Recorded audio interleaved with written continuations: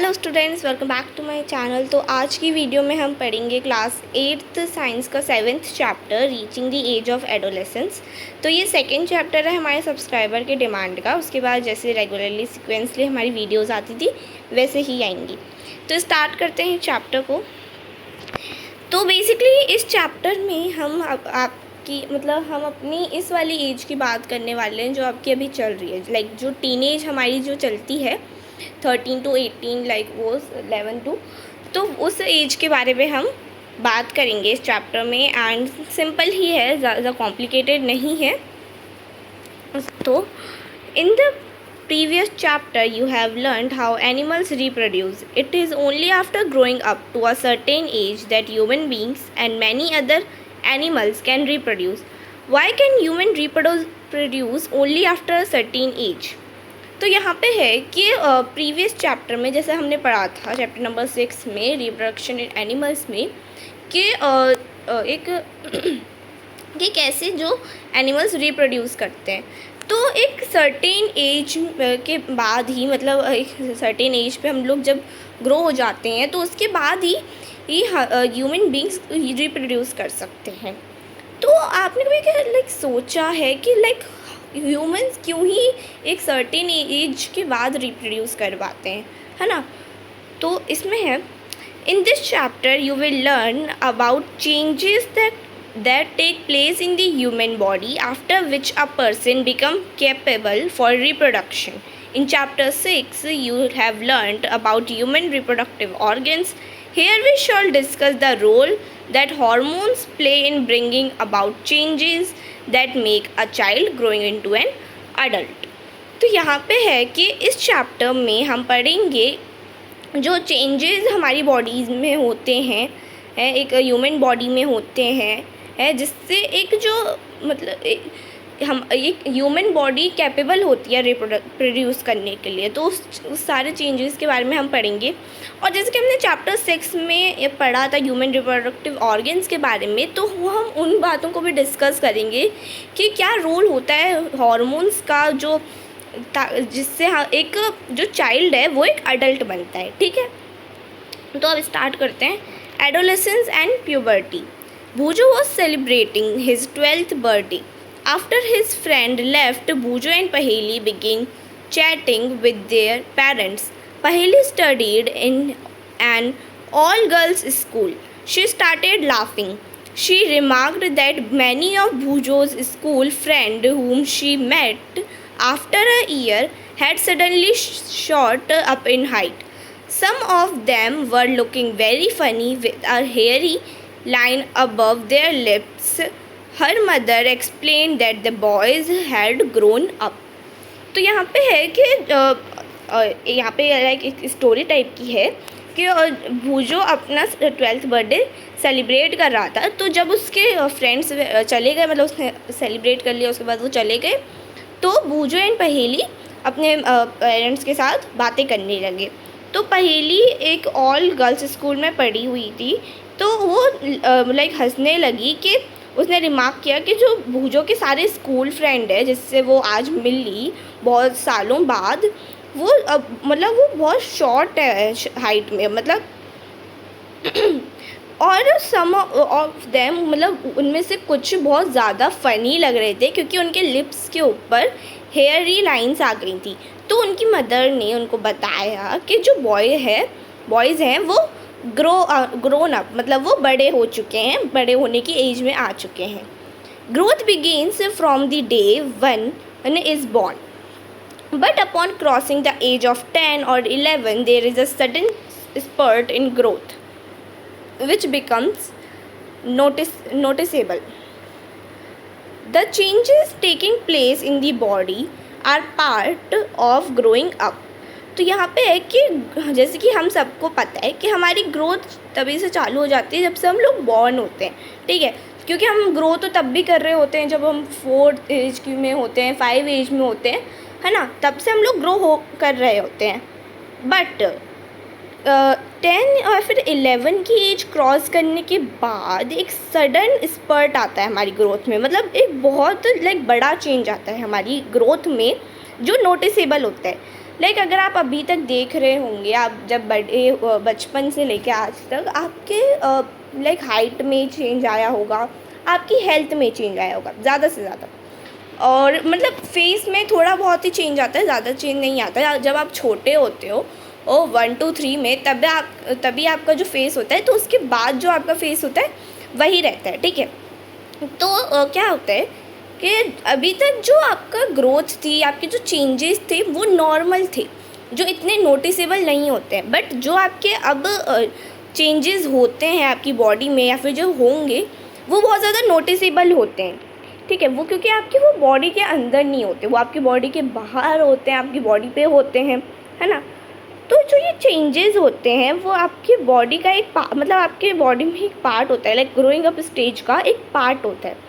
They indicate that you are no longer a child but are on the way to becoming an adult. तो ये हमें indicate करते हैं, मतलब ये हमें बताते हैं कि आप एक लाइक आप अब एक चाइल्ड नहीं रहे हो, अब आप बड़े हो चुके हो उस वे में आके, ताकि आप अडल्ट बन सको। अब यहाँ पे भूजो कह रहा है, I wonder how long this period marked by changes in the body will last. तो पहेली कह रही है, it is a strange period of life when you are neither a child nor an adult. I wonder whether this period between childhood and adulthood had a special name. तो भूजो यहाँ पे कह रहा है कि मैंने मतलब ऐसे वंडर किया कि जैसे कि हम हाउ लॉन्ग लाइक ये पीरियड लेता है कि ताकि हमारी जो बॉडी है वो पूरी चेंज हो, ठीक है। तो पहेली कह रही है ये एक बहुत स्ट्रेंज मतलब टाइम पीरियड होता है, जिसमें हम ना ही तो एक चाइल्ड होते हैं ना ही एक अडल्ट होते हैं। तो कह रही है आई वंडर कि इस पीरियड को ना ही तो मतलब ये पीरियड चाइल्डहुड और अडल्टहुड के बीच में होता है और इसका एक स्पेशल नेम होता है। तो अब यहाँ पे growing up is a natural process, the period of life when the body undergoes changes leading to reproductive maturity is called adolescence. तो यहाँ पे क्या है कि जो ग्रोइंग अप है, मतलब हमारी जो बॉडी ग्रो कर रही है, वो एक नेचुरल प्रोसेस होती है, राइट। हम कुछ लाइक कोई मेडिसिन वगैरह नहीं खाते हैं इसके लिए, या फिर हम ऐसा कुछ करते नहीं है ताकि हमारी बॉडी ग्रो हो, ठीक है। तो ग्रोइंग अप तो एक बहुत लाइक नेचुरल प्रोसेस होती है। तो जो ये पीरियड होता है हमारी लाइफ का, जब हमारी बॉडी ये चेंजेस में जिसमें चेंज होते हैं, जिसमें जो रिप्रोडक्टिव जिसमें हमारी जो रिप्रोडक्टिव मैच्योरिटी आती है, उस पीरियड को हम लोग एडोलेसेंस कहते हैं, ठीक है। Adolescence begins around the age of 11 and last up to 18 और 19 ईयर्स ऑफ एज।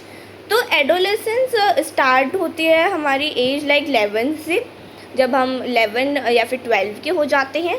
उसके बाद और ये 18 और 19 एज तक मतलब लास्ट होती है, मतलब 18 और 19 एज तक हमारे बॉडी में रिप्रोडक्टिव चेंजेस और मैच्योरिटी आती रहती है, बहुत सारे चेंजेस ऐसे होते रहते हैं। Since this period covers the teens 13 to 18 और 19 ईयर्स ऑफ एज। तो ये जो पीरियड है वो टीन एज हमारी कवर करता है। Adolescents are also called teenagers. In girls adolescence may begin a year or two earlier than in boys. Also the period of adolescence varies from person to person. तो यहाँ पे है कि क्या कहते हैं, एडोलेसेंस को हम टीनेजर्स भी कहते हैं, लाइक जो एडोलेसेंस होते हैं उनको हम लोग टीनेजर्स भी कहते हैं। तो जो गर्ल्स होती हैं तो उनमें एडोलेसेंस लाइक 2 ईयर्स अर्ली हो जाती है, मतलब बॉयज़ से comparing to boys adolescence in girls started earlier, ठीक है। तो आल्सो ये जो पीरियड होता है एडोलेसेंस का, ये वेरी करता है, मतलब ये डिफरेंट टाइम पीरियड पे आता है पर्सन टू पर्सन, लाइक एक फिक्स नहीं है कि इस एज पे अगर हमको आया हमारे रिप्रोडक्टिव मैच्योरिटीज़ चेंज हुए, तो वो ज़रूरी नहीं है कि दूसरे पर्सन के भी उसी सेम एज पे हो, ठीक है। एज डिफरेंट हो सकती है, टाइम डिफरेंस हो सकता है, ये डिफरेंसेस हो सकते हैं। The human body undergoes several changes during adolescence. These changes mark the onset of puberty. The most important change which marks puberty is that boys and girls become capable for reproduction. तो यहाँ पे है कि जो human body है ये different type of change के through जाती है, जिसमें जो एडोलेसेंस टाइम होता है उसमें डिफरेंट टाइप ऑफ चेंजेस होते हैं।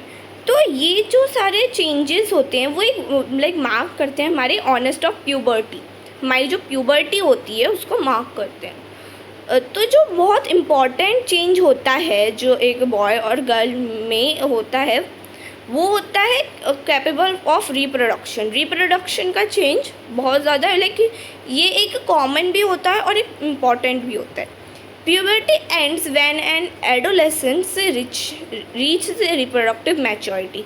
तो प्यूबर्टी का एंड होती है जब एडोलेसेंट प्यूबर्टी मैच्योरिटी पे रिप्रोडक्टिव मैच्योरिटी पे पहुंच जाते हैं। अब यहाँ पे पहेली कह रही है, Paheli and Boojho realised that sudden increase in height and hairy line above the lips in boys were signs of adolescence. They wanted to know more about other changes at puberty. तो यहाँ पे पहेली एंड भूजो रियलाइज़ करते हैं कि ये जो sudden increase of height होती है हमारी और जो ये हेयरी लाइन होती है हमारे लिप्स के ऊपर जो बॉयज़ में आती है, जो साइन होता है एडोलेसेंस का, तो वो प्यूबर्टी के बारे में और जानना चाहते हैं। अब यहाँ पे changes at height increase in height changes at puberty increase in height. The most conspicuous change during puberty is the sudden increase in height. At this time, the long bones, that is bones of the arms and the legs, elongate and make a person tall. तो जो most like conspicuous change होता है puberty के time में वो होता है like sudden increase of height. जो लाइक मोस्ट कॉन्स्पिशियस चेंज होता है, जो मोस्ट कॉमन और इम्पॉर्टेंट ऐसा जो सडन चेंज होता है वो इंक्रीज इन हाइट होता है। तो इस टाइम में जो आपके लॉन्ग बोन्स है, जो बोन्स है आपकी आर्म्स के, लेग्स के, वो इलोंगेट होते हैं और मतलब वो एक पर्सन को टॉल करते जाते हैं, मतलब वो बड़े करते जाते हैं एक पर्सन को। यहाँ पे एक एक्टिविटी है तो इसमें तो आप लाइक ऐसी हाइट के बारे में दे रखा है। यहाँ पे एक्टिविटी सो अब है, initially girls grow faster than boys but by about 18 years of age both reach their maximum height. The rate of growth in height varies in different individuals. Some may grow suddenly at puberty and then slow down while others may grow gradually. तो यहाँ पे है कि जो मतलब ऐसे में जो प्यूबर्टी की एज में जो गर्ल्स की हाइट है, जो गर्ल्स हैं वो ज़्यादा जल्दी ग्रो होती हैं बॉयज़ से, बट मतलब दोनों ही अबाउट लाइक 18 years में ये जो हाइट इंक्रीजिंग होती है वो बंद हो जाती है क्योंकि वो जो बॉयज़ या फिर गर्ल दोनों ही अपनी मैक्सिमम हाइट तक पहुंच जाते हैं, मतलब उसके बाद फिर आपकी हाइट नहीं बढ़ती है। तो जो रेट ऑफ ग्रोथ है हाइट की मतलब वो वेरीज करती है लाइक डिफरेंट इंडिविजुअल में, किसी की छोटी होती है, किसी की बड़ी होती है, किसी की मीडियम होती है, ऐसे होती हैं, सब में अलग अलग हाइट होती है। तो कुछ होते हैं जो सडनली ग्रो कर जाते हैं, मतलब उनकी हाइट जो सडनली ग्रो कर जाती है प्यूबर्टी में एंड देन वो स्लो डाउन हो जाते हैं, कुछ ग्रेजुअली ग्रो करते हैं, मतलब उनकी धीरे धीरे ग्रो होती है हाइट।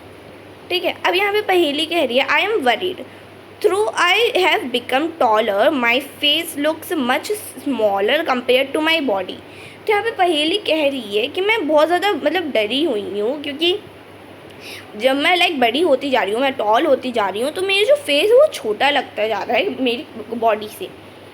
अब यहाँ पे there is no need for Paheli to worry, all parts of the body do not grow at the same rate. Sometimes the arms and legs or hands and feet of adolescents look oversized and out of proportion with the body. तो यहाँ पे है कि पहेली को डरने की कोई बात नहीं, मतलब चिंता करने की उसको कोई नीड नहीं है क्योंकि हमारे जो सारे बॉडी के पार्ट्स होते हैं वो सेम रेट पे ग्रो नहीं करते हैं। जैसे कि हमारे पास 2 हैंड्स हैं, 2 लेग्स हैं, तो अगर इनमें कुछ डिफरेंस है तो वो एक डरने की बात नहीं होती है, क्योंकि वो दो अलग अलग ऑर्गन्स हैं हमारी बॉडी के, ठीक है, दो अलग अलग है, माना कि सेम है बट वो दो अलग अलग होते हैं। तो इसीलिए हमारी जो हैंड्स हैं या फिर फीट्स है तो वो ओवर साइड लग सकते हैं और जिनका प्रोपोर्शन है वो बॉडी के साथ नहीं बैठ सकता है, ठीक है, ऐसा होता है बहुत बार। But soon the other parts catch up and result in a proportionate body.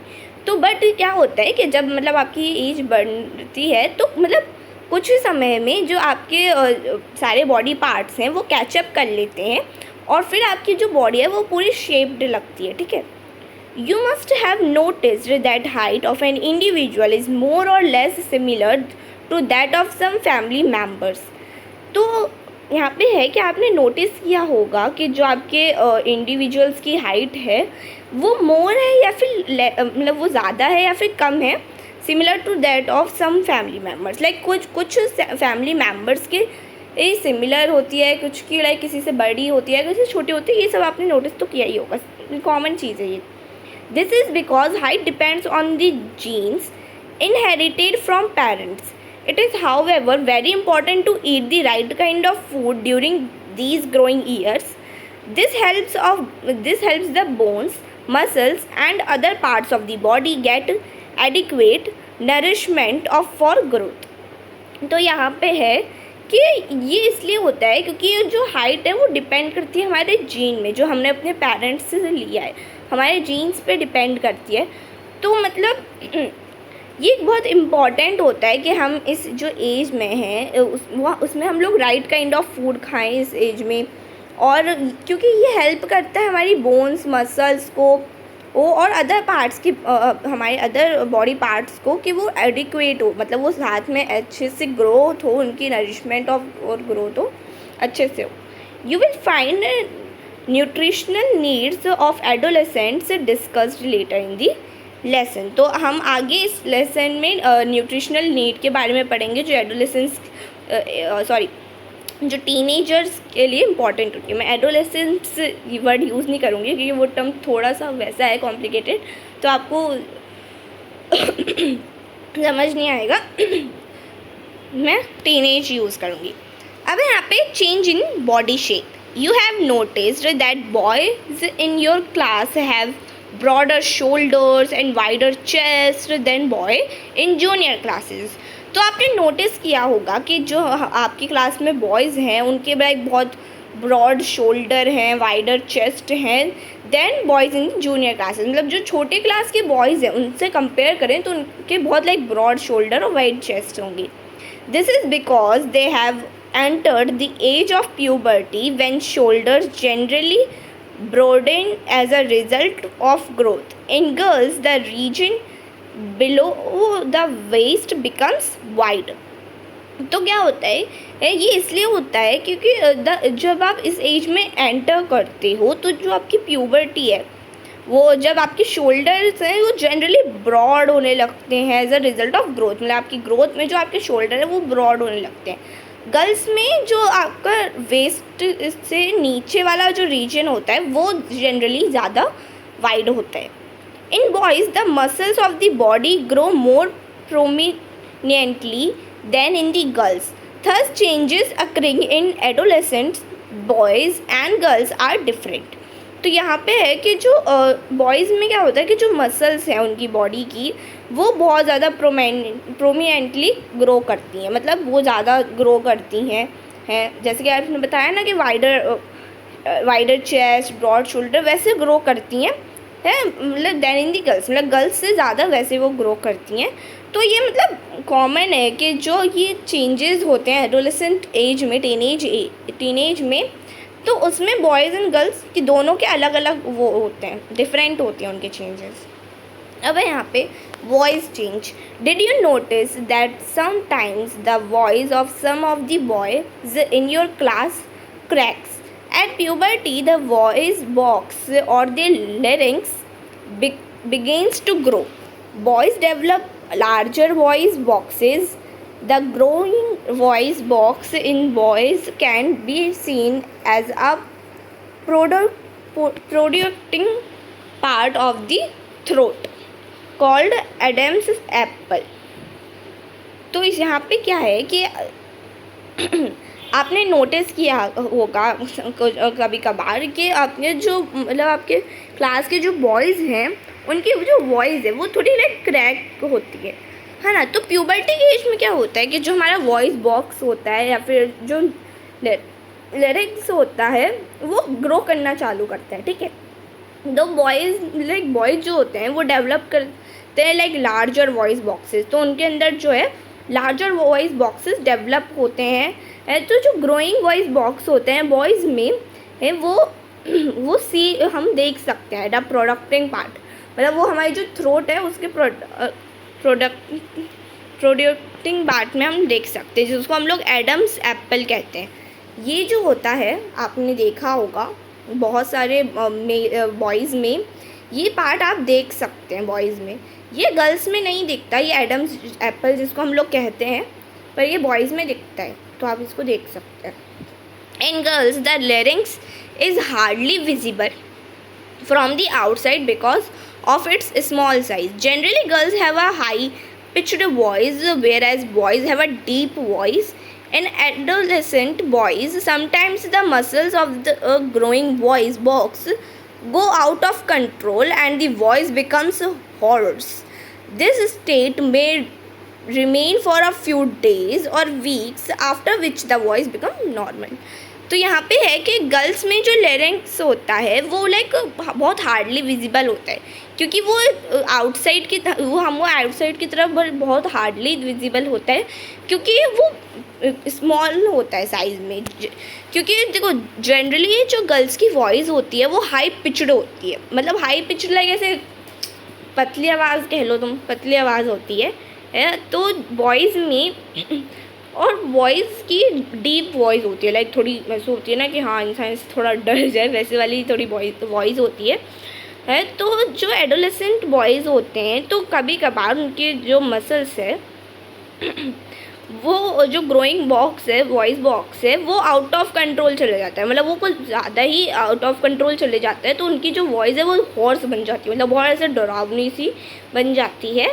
But कुछ डेज़ में अगर ऐसा होता भी है तो कुछ डेज़ और वीक्स में जो वो वॉइस है वो वापस से नॉर्मल हो जाती है, ठीक है। अब यहाँ पे भूजो कह रहा है many of my classmates have a horse voice, now I know why. तो अब भूजो कह रहा है कि मतलब मेरे क्लासमेट्स में, मतलब बहुत सारे क्लासमेट्स में ये हॉर्स वॉइस है, पर अब मुझे पता चला कि वो ऐसा क्यों है। Increased activity of sweat and sebaceous glands. तो अब यहाँ पे during puberty the secretion of sweat glands and sebaceous glands, oil glands, increased. Many young people get acne and pimples on the face at this time because of the increased activity of these glands in the skin. तो भाई देखो ये हर एक girl की problem होगी ये teenage में, क्योंकि देखो टीनेज में क्या होता है कि प्यूबर्टी के एज में क्या होता है, जो सिक्रेशन ऑफ स्वेट होता है, स्वेट ग्लैंड होता है, और जो सेबेसियस ग्लैंड होता है, सेबेसियस ग्लैंड मतलब जो ऑयल ग्लैंड होता है वो इंक्रीज़ कर जाता है। तो आप लाइक बहुत सारे टीनेज गर्ल्स में लाइक जो ऑयलीनेस वाली प्रॉब्लम होती है, मेरे को भी है ऑयलीनेस वाली प्रॉब्लम, तो ये क्यों होती है, क्योंकि जो स्वेट ग्लैंड और ये जो सेबेसियस ग्लैंड है वो बढ़ जाती है, उनकी जो रेट है वो बढ़ जाती है। क्योंकि अगर आप टीनेज से पहले देखो तो आपको कभी भी ऐसे ऑयलीनेस एक्ने पिंपल्स नहीं होते, पर ये टीनेज में होते हैं। तो जो मैनी यंग पीपल हैं उनके लाइक एक्ने पिंपल्स वगैरह हो जाते हैं अपनी फेस पे, क्योंकि जो ये इंक्रीज एक्टिविटी है ग्लैंड्स की स्किन में वो बढ़ जाती है, इसलिए ये ऐसे हो जाते हैं। अब यहाँ पे है a few glands such as sweat glands, oil glands and salivary glands released their secretion through ducts. Endocrine glands released hormones directly into the bloodstream, so they are also termed ductless glands.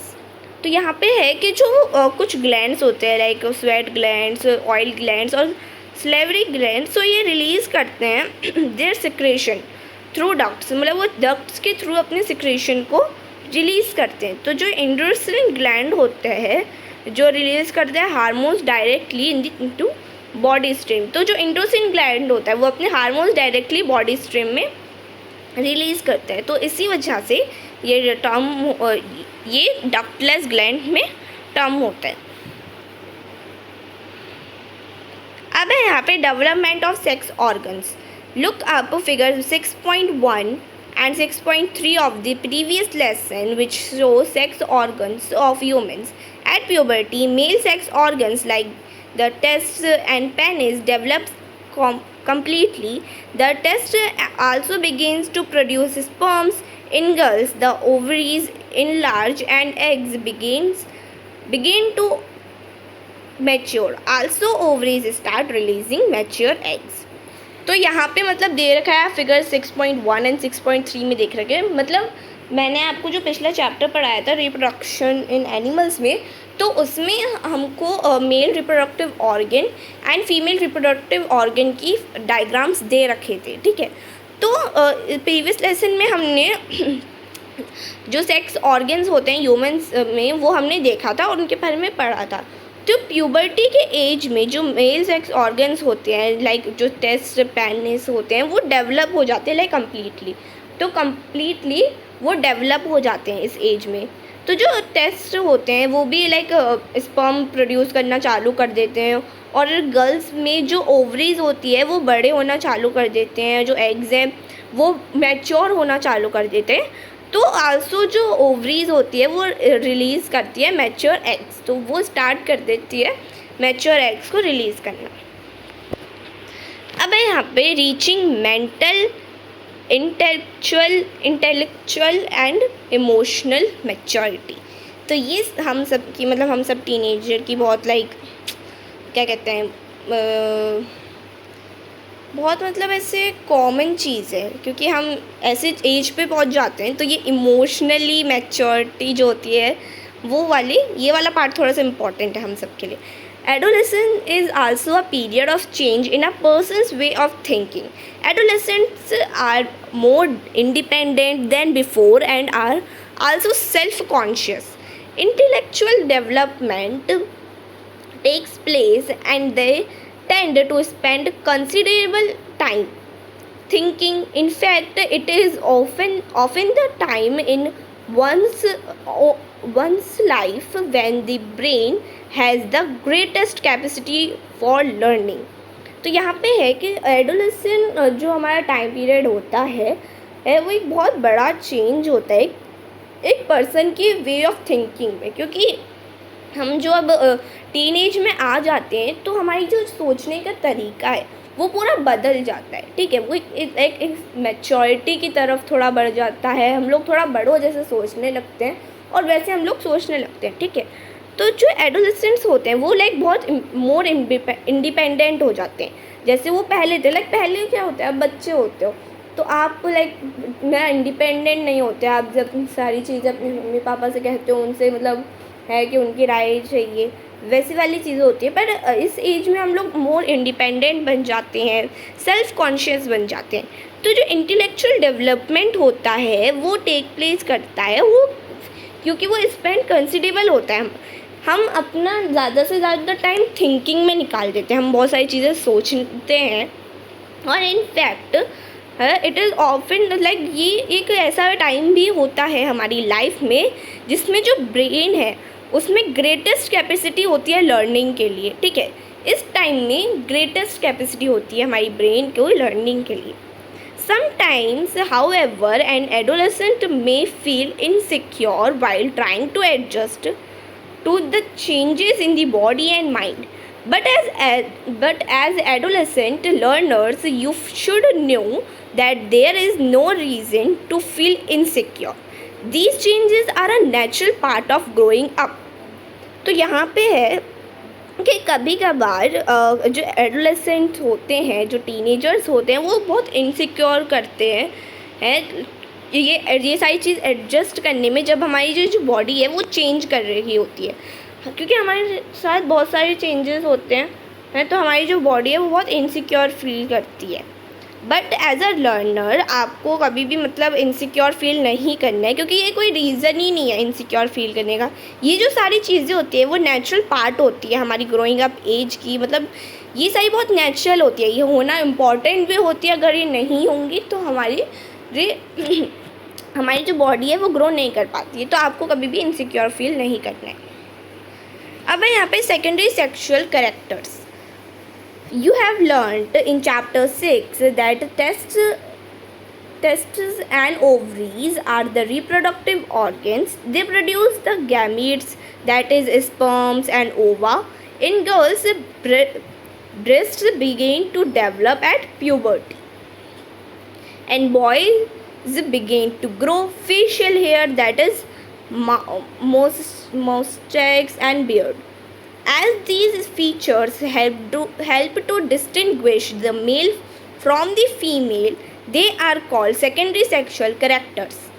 तो यहाँ पे है कि जैसे कि हमने class 6 में पढ़ा था कि जो रिप्रोडक्टिव ऑर्गन्स होते हैं लाइक टेस्ट्स, ओवरीज होती हैं तो जो ये प्रोड्यूस करते हैं गैमीट्स को, लाइक जो स्पर्म्स एंड ओवा ये प्रोड्यूस करते हैं। तो गर्ल्स में जो हमारा ब्रेस्ट होता है वो डेवलप करना चालू करता है प्यूबर्टी पे, एंड बॉयज़ में जो फेशियल हेयर वगैरह होते हैं और उनकी जो बियर्ड होती है वो ग्रो करना चालू करती है। तो ये जो सारे फीचर्स होते हैं वो हमें हेल्प करते हैं लाइक डिस्टिंग्विश करने में कि कौन लाइक फीमेल है कौन मेल है। तो इन सब को हम लोग सेकेंडरी सेक्शुअल कैरेक्टर्स कहते हैं। Boys also develop hair on their chest. In both boys and girls, hair grows under the arms and in the region above things or the pubic region. तो boys में जो hair है वो chest पे grow होना भी चालू होते हैं, और बोथ बॉयज़ एंड गर्ल्स में अंडर आर्म्स भी हेयर ग्रो होते हैं एंड अपर लिप्स भी होते हैं, ठीक है। तो इन सारी जगह पे भी होते हैं hairs. Both Boojho and Paheli wish to know what initiates changes at puberty. तो भूजो एंड पहेली उन दोनों को जानना है कि कौन से लाइक इनिशिएट चेंज होते हैं प्यूबर्टी में। अब यहाँ पे the changes which occur at adolescence are controlled by hormones. Hormones are chemical substances, these are secretions from androgen glands or androgen system. The male hormone or testosterone begins to be released by the test at the onset of puberty. तो यहाँ पे है कि जो changes होते हैं हमारी body में जो ये एडोलेसेंस एज में होते हैं वो सब कंट्रोल किए जाते हैं हॉर्मोन्स के थ्रू। ये सब हॉर्मोन्स के थ्रू कंट्रोल किए जाते हैं। तो जो हार्मोन्स होते हैं वो एक केमिकल सब्सटेंस होता है हमारी जो बॉडी में प्रेजेंट होता है तो ये ना ये सिक्रेशन करते हैं लाइक एंड्रोजन ग्लैंड का जो एंड्रोजन सिस्टम होता है या फिर जो मेल हार्मोन होते हैं जो लाइक टेस्टोस्टेरोन होता है वो बिगेन होता है रिलीज़ करने में, मतलब वो टेस्ट रिलीज़ करता है द प्यूबर्टी के एज में। This causes change in boy is about which you have just learned. For example, in the growth of facial hair once puberty is reached. In girls, ovaries begin to produce the female hormones or estrogen, which makes the breasts develop. तो यहाँ पे है कि ये cause करता है like changes जो हमारी बॉयज़ की बॉडीज़ में होते हैं फॉर लाइक एग्जांपल जो ग्रोथ होती है फेशियल हेयर की, ये सारी चेंजेस होते हैं। तो प्यूबर्टी के एज में लाइक जो गर्ल्स हैं वो ओवरी प्रोड्यूस करना चालू कर देती हैं फीमेल हार्मोन्स जिसको जो एस्ट्रोजन होता है तो उस वजह से जो हमारा ब्रेस्ट है वो डेवलप होना चालू करता है। मिल्क सिक्रेटिंग ग्लैंड्स और mammary glands develop inside the breast. The production of these hormones is under the control of another hormone secreted from an androgen gland called pituitary gland. तो जो milk secreting glands होते हैं, जिसको हम लोग mammary glands भी कहते हैं, वो ब्रेस्ट के अंदर डेवलप होना चालू करते हैं इस एज में। जो प्रोडक्शन होती है ये सारी हार्मोन्स की, वो अंडर द कंट्रोल होती है एक अनदर हार्मोन की, जो सेक्रेट करता है एंड्रोसिन ग्लैंड को, जिसको हम लोग पिट्यूटरी ग्लैंड कहते हैं। ठीक है, तो ऐसे होता है। अब यहाँ पे role of hormones in initial reproductive function. Endocrine glands released hormones into the blood stream to reach a particular body part called target site. The target site responds to the hormones. There are many androgen glands or ductless glands in the body. तो जो एंड्रोसिन gland होता है वो release करता है hormones को हमारी blood stream में, ताकि वो एक पर्टिकुलर बॉडी पार्ट पे पहुंच जाए, जिसको हम लोग टारगेट साइट कहते हैं। तो जो टारगेट साइट होती है वो रिस्पॉन्ड करती है हमारे हार्मोन को।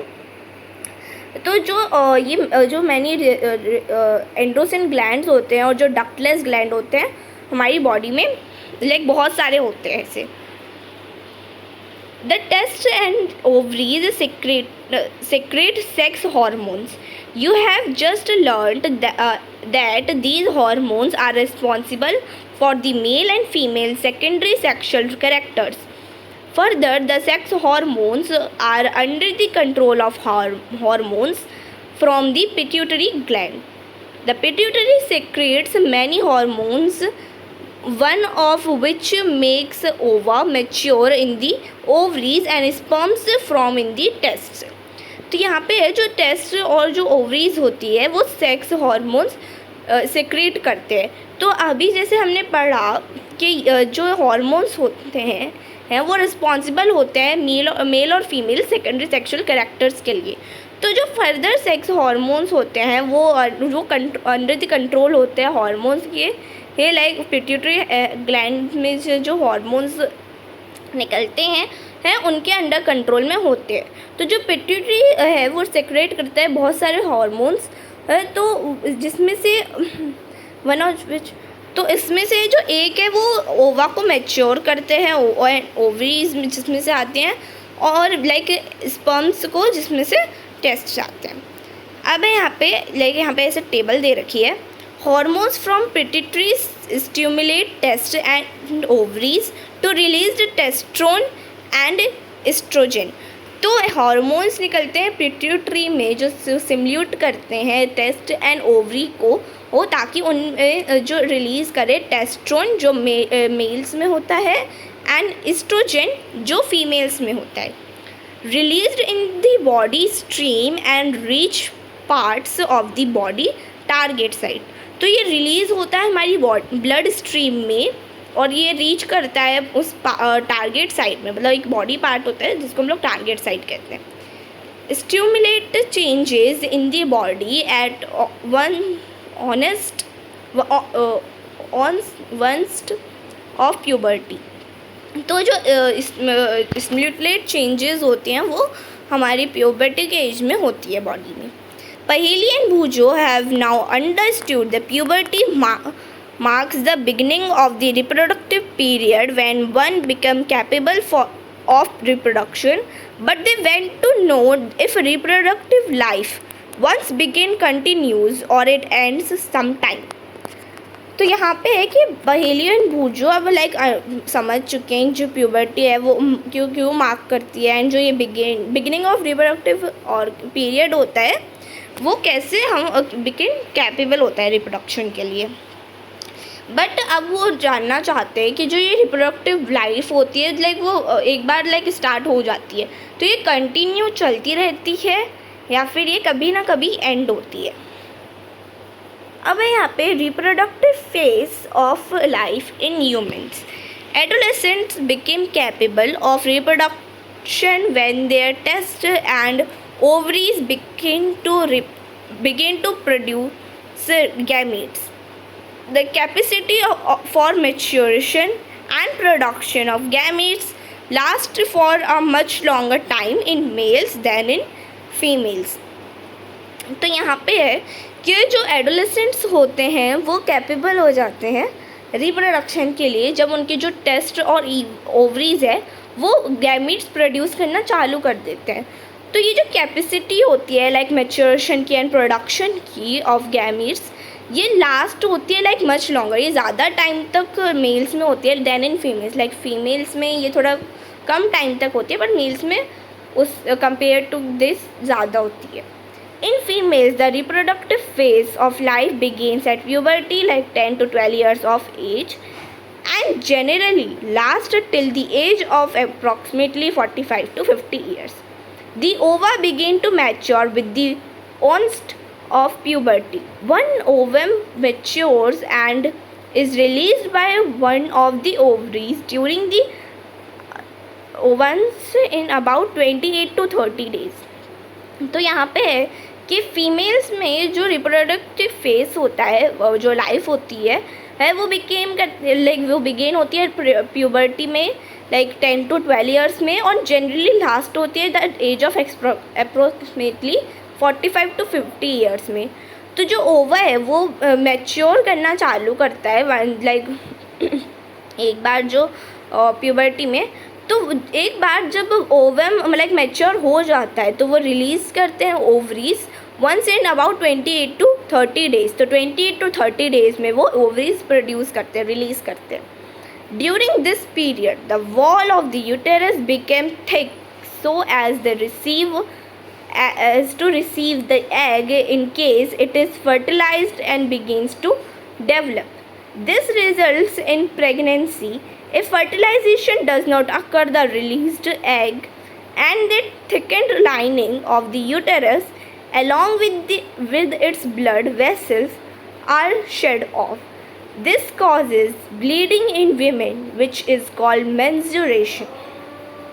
तो ये एक बहुत इम्पॉर्टेंट चीज़ है विच इज़ लाइक इस पीरियड में जो वॉल होती है यूटेरस की, ये बहुत ज़्यादा थिक हो जाती है एंड ये रिसीव करती है एग्स को। तो इनके जो फर्टिलाइज्ड होते हैं वो डेवलप करना चालू करते हैं और इसका रिज़ल्ट होता है प्रेगनेंसी में। बट अगर फर्टिलाइजेशन नहीं हुआ है एंड ये अकर नहीं हुआ है तो जो रिलीज एग है और जो thick and lining of the uterus है वो ब्लड वेसल्स और उनको मतलब ख़त्म करना चालू कर देती है। तो ये कॉज करता है ब्लीडिंग इन वीमेन में, जिसको हम लोग मेंस्ट्रुएशन कहते हैं। मेंस्ट्रुएशन मतलब पीरियड्स जिसको हम लोग कहते हैं। Menstruation occur once in about 28 to 30 days. The first menstrual flow begins at puberty and is termed menarche.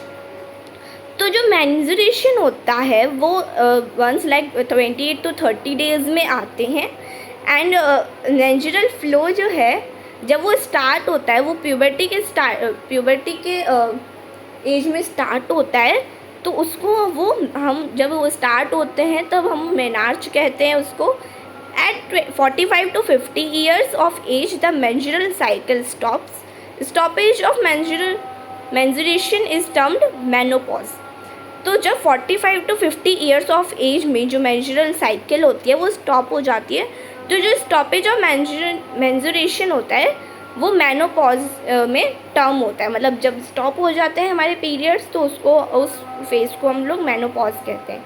Initially menstrual cycle may be inregular, it take some time to become regular.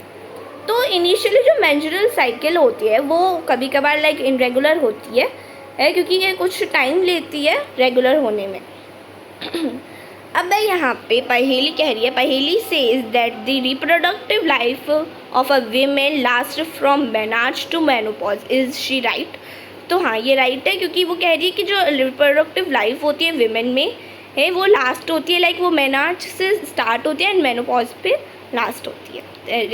It is right. अब यहाँ पे menstrual cycle is controlled by hormones. The cycle includes the maturation of the egg, it released thickening of uterine wall and its breakdown if pregnancy does not occur. In case the egg is fertilized, it begins to divide and then gets embedded in the uterus for further development, as you have learnt in chapter 6. तो जो menstrual cycle होती है वो control करी जाती है एक particular hormone के थ्रू। जो साइकिल होती है वो इंक्लूड करती है मेंस्ट्रुएशन ऑफ द एग और जो रिलीज थिकनिंग ऑफ यूटेरिन वॉल होती है। तो इन सब की ब्रेकडाउन की होती है, मतलब वो सब लाइक टूटना या फिर वो सब वैसे उनमें स्टार्ट होती है। तो अगर प्रेगनेंसी अगर नहीं होती तो उस केस में जो एग होता है वो फर्टिलाइज्ड होता है एंड प्रेगनेंसी नहीं होकर होती है। पर इन द केस अगर फर्टिलाइज्ड होते हैं एग तो वो बिगेन करती है divide and get embedded in the uterus for further development, जैसे कि हमने चैप्टर नंबर 6 में पढ़ा था। अब है यहाँ पे how is the sex of the baby determined. अब है यहाँ पे I heard my mother and my aunt talking about my cousin who is going to have a baby. They were discussing whether she would give birth to a boy or a girl. I wondered what makes the fertilized egg develop into either into a boy or a girl. तो यहाँ पे है कि मैंने पहली कह रही है कि मैंने सुना था कि मेरी जो मदर है और मेरी जो आंट है वो बातें कर रही हैं मेरी कज़न के बारे में जिसको एक बेबी होने वाला है।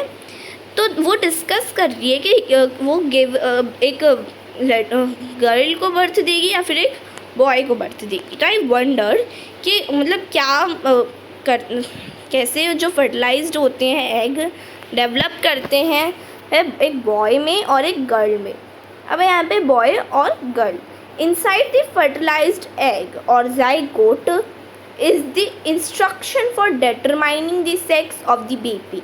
This instruction is present in the thread-like structures called chromosomes in the fertilized egg.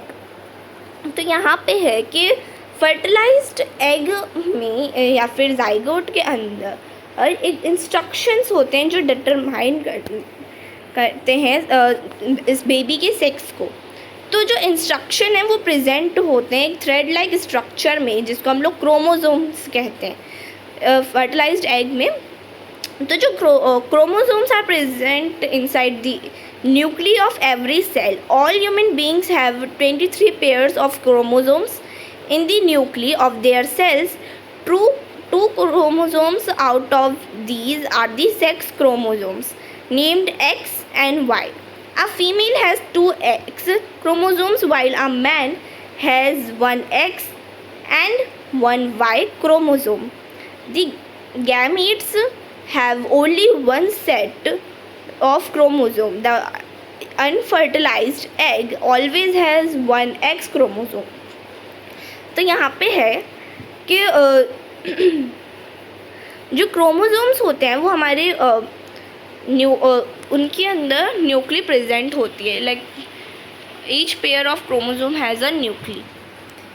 तो जो ह्यूमन बिगेन करते हैं लाइक ह्यूमन बींग्स के अंदर 23 पेयर्स ऑफ क्रोमोसोम्स होते हैं जिसमें एक न्यूक्ली होती है ऑफ देयर सेल्स। तो जो 2 क्रोमोसोम्स होते हैं out of these are the sex chromosomes. तो जो 2 क्रोमोसोम्स होते हैं मतलब उन सब में से जो 2 क्रोमोसोम्स होते हैं वो सेक्स क्रोमोसोम्स होते हैं named X and Y. X and Y 2 chromosomes होते हैं। तो फीमेल्स में 2 एक्स क्रोमोसोम्स होते हैं वाइल मैन में 1 एक्स एंड 1 वाई क्रोमोसोम्स होते हैं।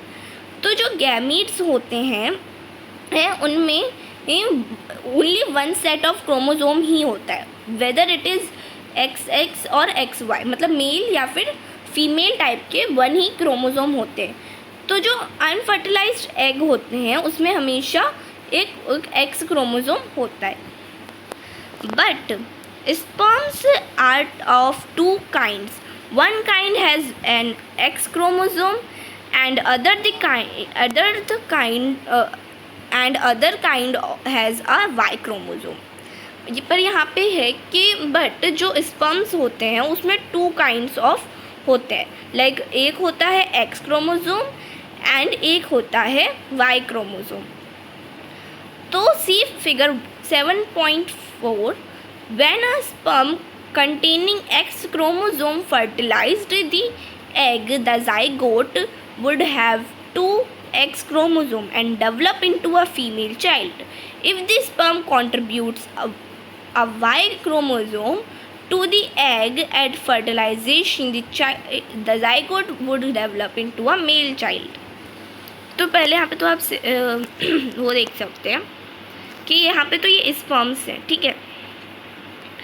तो अगर यहाँ पे है कि अगर जो स्पर्म है वो कंटेन करता है एक्स क्रोमोज़ोम को, वो एक्स क्रोमोज़ोम कंटेन करता है तो वो फर्टिलाइज होते हैं एग में। जो फर्टिलाइजेशन होता है एग में है जाइगोट में, वह वुड हैव 2 एक्स क्रोमोज़ोम, जिसमें 2 एक्स क्रोमोज़ोम होता है एंड वो डेवलप होता है एक फीमेल चाइल्ड में। मतलब अगर जो स्पर्म है वो कंटेन करता है एक्स क्रोमोज़ोम तो फिर वो जब फर्टिलाइजेशन होगा तो जो एग बनेगा वो कन्वर्ट होगा फीमेल चाइल्ड में। बट अगर स्पर्म कंट्रीब्यूट करता है वाई क्रोमोज़ोम को तो जो एग होगा तो जब फर्टिलाइजेशन होगा तो जो जाइगोट है वो डेवलप होगा एक मेल चाइल्ड में, क्योंकि एक्स वाई अगर होता है तो मेल चाइल्ड में होगा और अगर एक्स एक्स होता है तो एक फीमेल चाइल्ड में होगा, ठीक है। आई होप आपको ये समझ आ गया होगा। अब यहाँ पे now you know that the sex chromosomes of the father determine the sex of an unborn baby. The belief that the mother is responsible for the sex of her baby is completely wrong, and to blame her for this is totally unjustified. तो यहाँ पे है कि जैसे कि अब हमें पता चल गया है जो सेक्स क्रोमोसोम होता है फादर का, वो ही डिटरमाइन करता है sex of a unborn baby. Like unborn baby का सेक्स वही डिटरमाइन करता है। तो ये बिलीफ है कि जो मदर होती हैं कि वो रिस्पॉन्सिबल होती है एक बेबी के सेक्स में, तो ये कम्प्लीटली रॉन्ग है, क्योंकि हम इस चीज़ के लिए किसी को भी ब्लेम नहीं कर सकते। तो ये अनजस्टिफाइड चीज़ है। अब यहाँ पे hormones other than sex hormones, तो अब हम यहाँ पे अदर हॉर्मोन्स के बारे में पढ़ेंगे। Look at figure 7.3 again. The hormones secreted by the pituitary stimulate tests and ovaries to produce their hormones. You have already learned that the pituitary gland is an androgen gland. It is attached to the brain. तो यहाँ पे है कि जो hormones होते हैं जो pituitary simulate करती है, मतलब पिट्यूटरी सिक्रेट करते हैं, तो सिम्युलेट करते हैं टेस्ट को एंड ओवरीज को, ताकि वो प्रोड्यूस कर सके हॉर्मोन्स। तो जैसे कि हमने पहले पढ़ा कि जो पिट्यूटरी ग्लैंड होती है वो एक एंड्रोजन ग्लैंड होती है, वो हमारी ब्रेन से अटैच होती है। Apart from the pituitary, the testes and the ovaries, there are other endocrine gland in the body such as thyroid, pancreas and adrenals. तो यहाँ पे है कि apart from pituitary, like pituitary से हट के जो टेस्ट एंड द ओवरीज होते हैं वो एक लाइक अदर एंडोक्राइन ग्लैंड्स भी होते हैं बॉडी में, like thyroid, pancreas and adrenals. तो यहाँ पे जैसे कि आप देख सकते हैं हमारे माइंड से जो अटैच्ड होती हैं वो पिट्यूटरी ग्लैंड, एंड जो हमारे नेक्स के थ्रू जो बोन्स हमारी जाती है वहाँ पे थायराइड ग्लैंड्स होती हैं। फिर हमारे डाइजेस्टिव सिस्टम में एड्रिनल ग्लैंड एंड पैंक्रियाज होते हैं। देन हमारे यूटेरस में position of the ovary in the female, like position of the ovary of female यहाँ पे होती है एंड टेस्टिस मेल में यहाँ पे होते हैं, ठीक है। यहाँ पे दोनों का दे रखा है। अब यहाँ पे Boojho and Paheli had once visited their aunt who was a doctor and remembered that a boy named Kaka had a very big and bulging throat.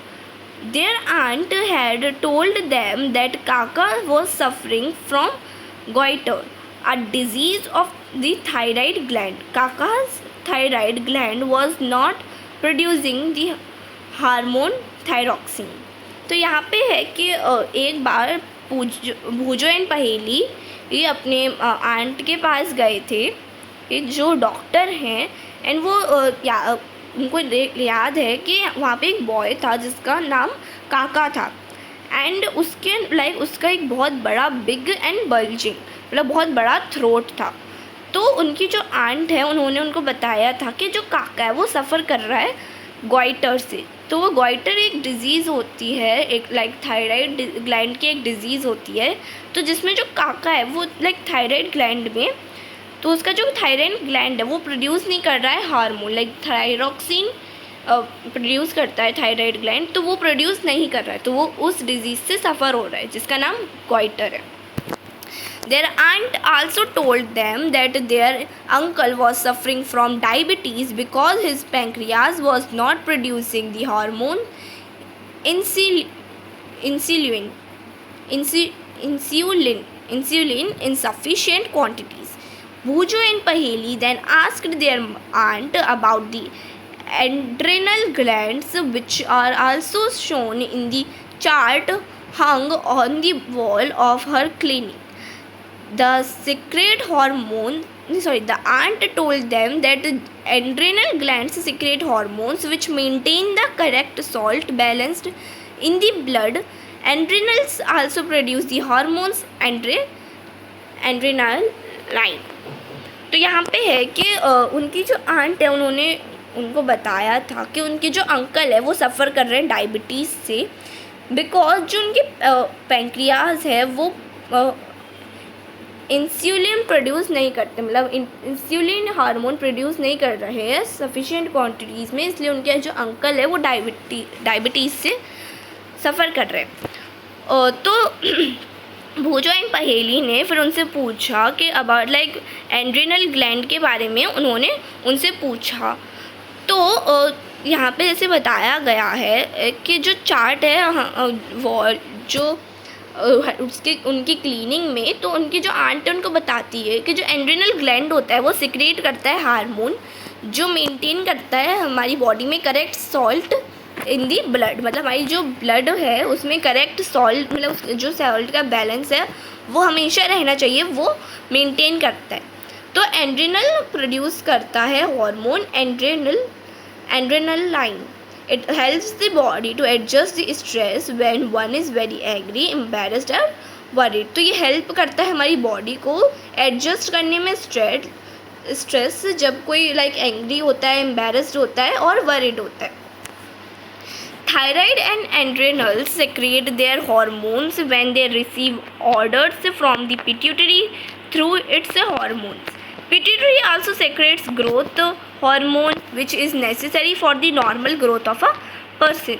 तो जो थायराइड होता है वो जो थायराइड एंड एड्रेनल्स होते हैं वो सेक्रेट करते हैं हॉर्मोन्स को जो रिसीव होते हैं orders from the pituitary through it's hormones, तो वो रिसीव होते हैं पिट्यूटरी के थ्रू इट्स हॉर्मोन्स।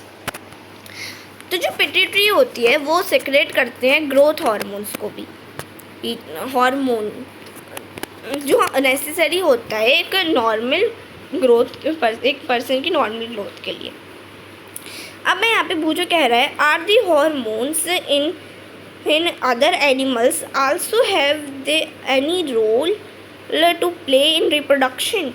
तो है यहाँ पे कि जो हॉर्मोन्स होते हैं अदर एनिमल्स में वो भी इम्पॉर्टेंट होते हैं, एक इम्पॉर्टेंट रोल प्ले करते हैं रिप्रोडक्शन में। अब यहाँ पे role of hormones in completing the life history of insects and frogs. तो ये यहाँ पे है you have already learned that about the life cycle of the frog. The tadpole passes through certain stages to become a frog. This change from larva to adult is called metamorphosis. Metamorphosis in insect is controlled by insect hormones. In a frog, it is controlled by thyroxine, the hormone produced by thyroid. Thyroxine production requires the presence of iodine in water. If the water in which the tadpole are growing does not contain sufficient iodine, the tadpole cannot become adult. तो यहाँ पे है कि जैसे हमने पहले पढ़ा था और फ्रॉग की लाइफ साइकिल के बारे में कि जो कैसे एक टेडपोल पासिस करता है like through certain stages to become a frog, like frog बनने के लिए वो कैसे सर्टेन स्टेजेस पास करता है। तो जो चेंज होता है एक लार्वा से एक अडल्ट में, जिसको हम लोग उस चेंज को हम लोग मेटामॉर्फोसिस कहते हैं। तो मेटामॉर्फोसिस जो इंसेक्ट्स में होते हैं वो कंट्रोल किए जाते हैं इंसेक्ट हार्मोन्स के थ्रू, मतलब वो कंट्रोल किए जाते हैं इंसेक्ट हार्मोन्स के थ्रू। तो लाइक फ्रॉग में ये कंट्रोल किए जाते हैं थायरॉक्सिन के थ्रू। तो जो हार्मोन है थायरॉक्सिन वो प्रोड्यूस, मतलब थायराइड से ऑब्वियसली प्रोड्यूस किया जाता है जो हार्मोन थायरॉक्सिन। तो थायरॉक्सिन है वो प्रोडक्शन वो रिक्वायर होती है like presence of iodine in water, like iodine और वाटर की प्रेजेंस में ही थायरॉक्सिन प्रोडक्शन होती है। If water in which the tadpole are growing does not contain sufficient iodine, the tadpole cannot become adult। तो अगर water में जो water में सफिशिएंट आयोडीन कंटेन नहीं है जिसमें टेडपोल ग्रो हो रहा है, तो जो टेडपोल है फिर वो एडल्ट नहीं बन पाता है। अब यहाँ पे भूजो कह रहा है if people do not have enough iodine on their diet will they get goitre caused by lack of thyroxine. तो भूजो यहाँ पे कह रहा है कि अगर लोगों में इनफ आयोडीन नहीं होगी उनकी डाइट में, तो क्या वो उनको गॉइटर की प्रॉब्लम हो सकती है जो लैक ऑफ थायरॉक्सिन से होती है। आप यहाँ पे 7.9 reproductive health, the physical and mental well-being of an individual is regarded as an individual's health. To keep the body healthy, every human being at any age needs to have a balanced diet. The person must also observe personal hygiene and undertake adequate physical exercise. During adolescence, however, these become even more essential as the body is growing. तो यहाँ पे है कि physical और mental health like mental wellbeing से जो individual होता है वो रिगार्ड करता है लाइक ऐसे इंडिविजुअल्स हेल्थ, मतलब ये बहुत अच्छी हेल्थ है हमारी।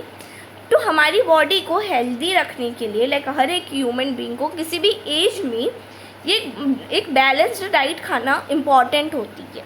तो जो पर्सन है वो लाइक आल्सो ऑब्जर्व करता है अपनी पर्सनल हाइजीन के बारे में, जिसमें लोग एक एडिक्वेट फिजिकल एक्सरसाइज वो करता है।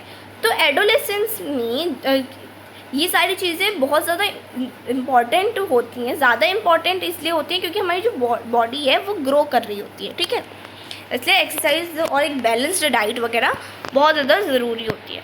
Nutrition need of the adolescents, adolescence is a stage of rapid growth and development, hence the diet for an adolescent has to be carefully planned. You have already learned what a balanced diet is. Recall that a balanced diet means that the meals include proteins, carbohydrates, fats and vitamin in requisite portions. Our Indian meal of roti, rice, dal and vegetable is a balanced meal.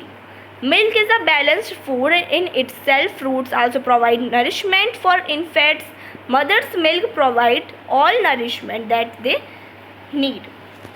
तो यहाँ पे है कि adolescence की stage में जो हमारे rapid growth होता है एंड डेवलपमेंट होती है उसमें एक लाइक बहुत केयरफुली प्लान्ड होती है। तो हमने पढ़ा है बैलेंस्ड डाइट के बारे में कि आप रिकॉल कर सकते हो। वो बैलेंस डाइट का मतलब होता है कि मील जिसमें प्रोटीन, कार्बोहाइड्रेट, फैट्स, विटामिन सारे ये टाइप के जो न्यूट्रिएंट्स होते हैं वो इन्वॉल्व हो। तो हमारी जो इंडियन मील होती है लाइक रोटी, राइस, दाल, वेजिटेबल्स की ही एक बैलेंस्ड मील होती है। और मिल्क है वो बैलेंस्ड फूड, मतलब वो खुद में ही एक बैलेंस्ड फूड है। और फ्रूट्स जो होते हैं वो भी हमें प्रोवाइड करते हैं नरिशमेंट को। फॉर इन्फेंट्स जो मदर मिल्क होता है वो हमें नरिशमेंट प्रोवाइड करता है जो हमें चाहिए होता है। Iron builds blood and iron rich food such as leafy vegetable, jaggery, meat, citrus, Indian gooseberry and good for adolescents. तो जो आयरन होता है वो हमारी बॉडी को आयरन रिच फूड बनाता है। लाइक जो आयरन रिच फूड्स होते हैं, लाइक लीफी वेजिटेबल्स होती हैं, जगेरी मीट, सिट्रस होता है, इंडियन गूसबेरी मतलब जो आंवला होता है, और जो गुड़, ये सारी चीज़ें गुड़ होती है एडोलेसेंट्स के लिए। Check items for lunch and dinner in your meal. Is the meal balanced and nutritious? Does it include cereals which give energy, and milk, meat, nuts and pulses which provide proteins for growth? Also, does it include fats and sugar that give energy? What about fruits and vegetables which are protective foods? Chips and packed or tinned snacks, though very tasty, should never replace regular meals as they do not have adequate nutritional value. तो यहाँ पे मतलब हमें check करने के लिए दिया गया है कि आप चेक करिए अपने मील में, लाइक लंच और डिनर में, कि आपकी मील एक बैलेंस्ड और न्यूट्रिशियस है या फिर नहीं। लाइक उसमें सीरियल्स है जो हमें एनर्जी प्रोवाइड करते हैं, और जो मिल्क, मीट, नट्स, पल्सेस, ये सारी चीज़ें हैं जो हमें प्रोटीन प्रोवाइड करती हैं। Also does it have fats, sugar जो हमें एनर्जी प्रोवाइड करते हैं, और इसमें फ्रूट्स एंड वेजिटेबल्स हैं जो हमें प्रोडक्टिव फूड्स होते हैं। तो ये सारी चीज़ है या फिर नहीं, ये आप चेक कर सकते हैं। एंड जो ये चिप्स और ये पैक्ड टिन्ड स्नैक्स होते हैं, ये बहुत ज़्यादा टेस्टी हमें लगते हैं, बट ये कभी भी रिप्लेस नहीं कर सकते हमारी मील्स को, क्योंकि इनमें एडिक्वेट न्यूट्रिशनल वैल्यू नहीं होती है। ठीक है, अब यहाँ पे ये एक्टिविटी है जो आप कर सकते हैं। फिर है यहाँ पे personal hygiene. Everyone should have a bath at least once every day. It is more necessary for teenagers because the increased activity of sweat glands sometimes make the body smelly. All parts of the body should be washed and cleaned every day.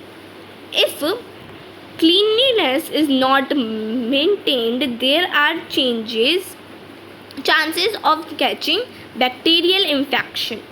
Girls should take special care of cleanliness during the time of menstrual flow. They should keep track of their menstrual cycle and be prepared once of menstruation. Use sanitary napkins or clean homemade pads.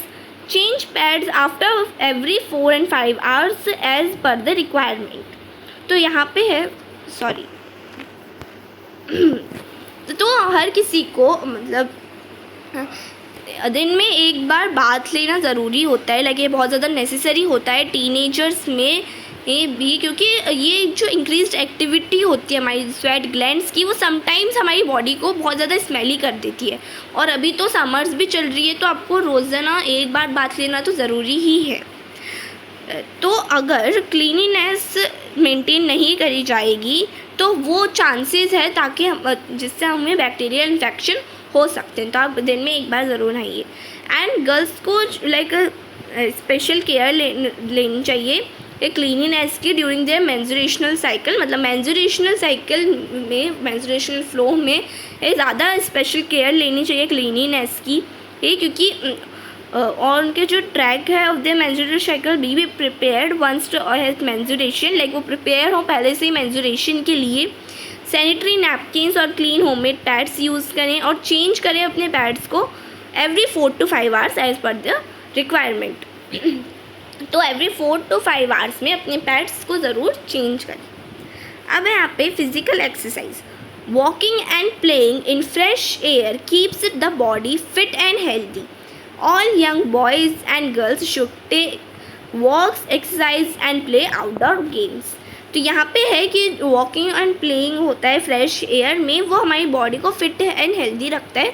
तो हर एक boy और girls को, like young boys and girls को, ये walks, exercise और outdoor games खेलने चाहिए। अब यहाँ पे say no to drugs. Adolescence is a period of much activity in the body and mind, which is a normal part of growing up. So do not feel confused or insecure if anybody suggests that you will get relief if you take some drugs. Just say no. unless prescribed by the doctor. Drugs are addictive. If you take them once, you feel like taking them again and again. They harm the body in the long run. They ruin health and happiness.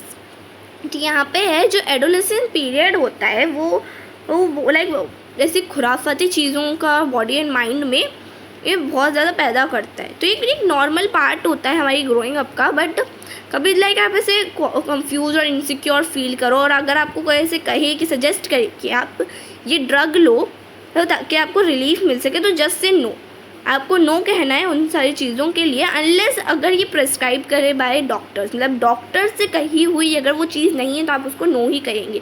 क्योंकि drugs जो होते हैं वो addictive होते हैं। अगर आप उसको एक बार लेते हैं तो आप फील करते हैं उनको लाइक अगेन एंड अगेन उनको लेते रहें, और ये हार्म करते हैं आपकी बॉडी को, लाइक वो अच्छे से आपकी बॉडी रन नहीं कर पाती है और आपकी जो हेल्थ और हैप्पीनेस है वो भी रुइन हो जाती है इससे। You must have heard about AIDS, which is caused by a dangerous virus HIV. The virus can pass on to a normal person from an infected person by sharing the syringes used for injecting drugs. It can also be transmitted to an infected from the infected mother through her milk. The virus can also be transmitted through sexual contact with a person infected with HIV. तो यहाँ पे है कि आपने सुना होगा ads के बारे में, जो एक लाइक डेंजरस वायरस होता है जो HIV के मतलब थ्रू कॉज होता है। तो ये जो वायरस है वो पास कर सकता है लाइक एक नॉर्मल पर्सन से इन्फेक्टेड पर्सन में, like by sharing the syringes use for injecting drugs, like drugs देने के लिए जो सिरिंजेस यूज़ करी गई हैं अगर वो शेयर करें तो ये पास कर सकता है। ये तब भी हो सकता है लाइक इन्फेक्ट करें हम एक मदर से थ्रू हर मिल्क, अगर इन्फेक्टेड मदर से थ्रू हर मिल्क, और ये वायरस है वो भी ये तब भी ट्रांसफ़र हो सकता है through sexual contact like person से जो HIV से इन्फेक्टेड है। एंड ये नॉर्मल चीज़ें हैं, आप सब पढ़ सकते हैं। एंड स्टूडेंट्स, ये आपका चैप्टर कंप्लीट हो गया है। जैसे ये बहुत ज़्यादा लंबा चैप्टर था तो मैं इसको पार्ट्स में डिवाइड करने वाली थी, बट ऑन अ डिमांड कि आपके टेस्ट आने वाले हैं तो आई जस्ट थॉट कि मैं इसको एक शॉट में कंप्लीट कर लेती हूँ। आप इसको पूरा ज़रूर पढ़िएगा, इंपॉर्टेंट चैप्टर है and what you have learned एक बार ज़रूर पढ़ लीजिएगा। नॉर्मल समरी के लिए होता है तो इसमें इंपॉर्टेंट सारी चीज़ें होती हैं तो आपके काम भी आएंगी। And all the best for your exam, share with your friends to help them also, subscribe my channel, like my videos and thank you.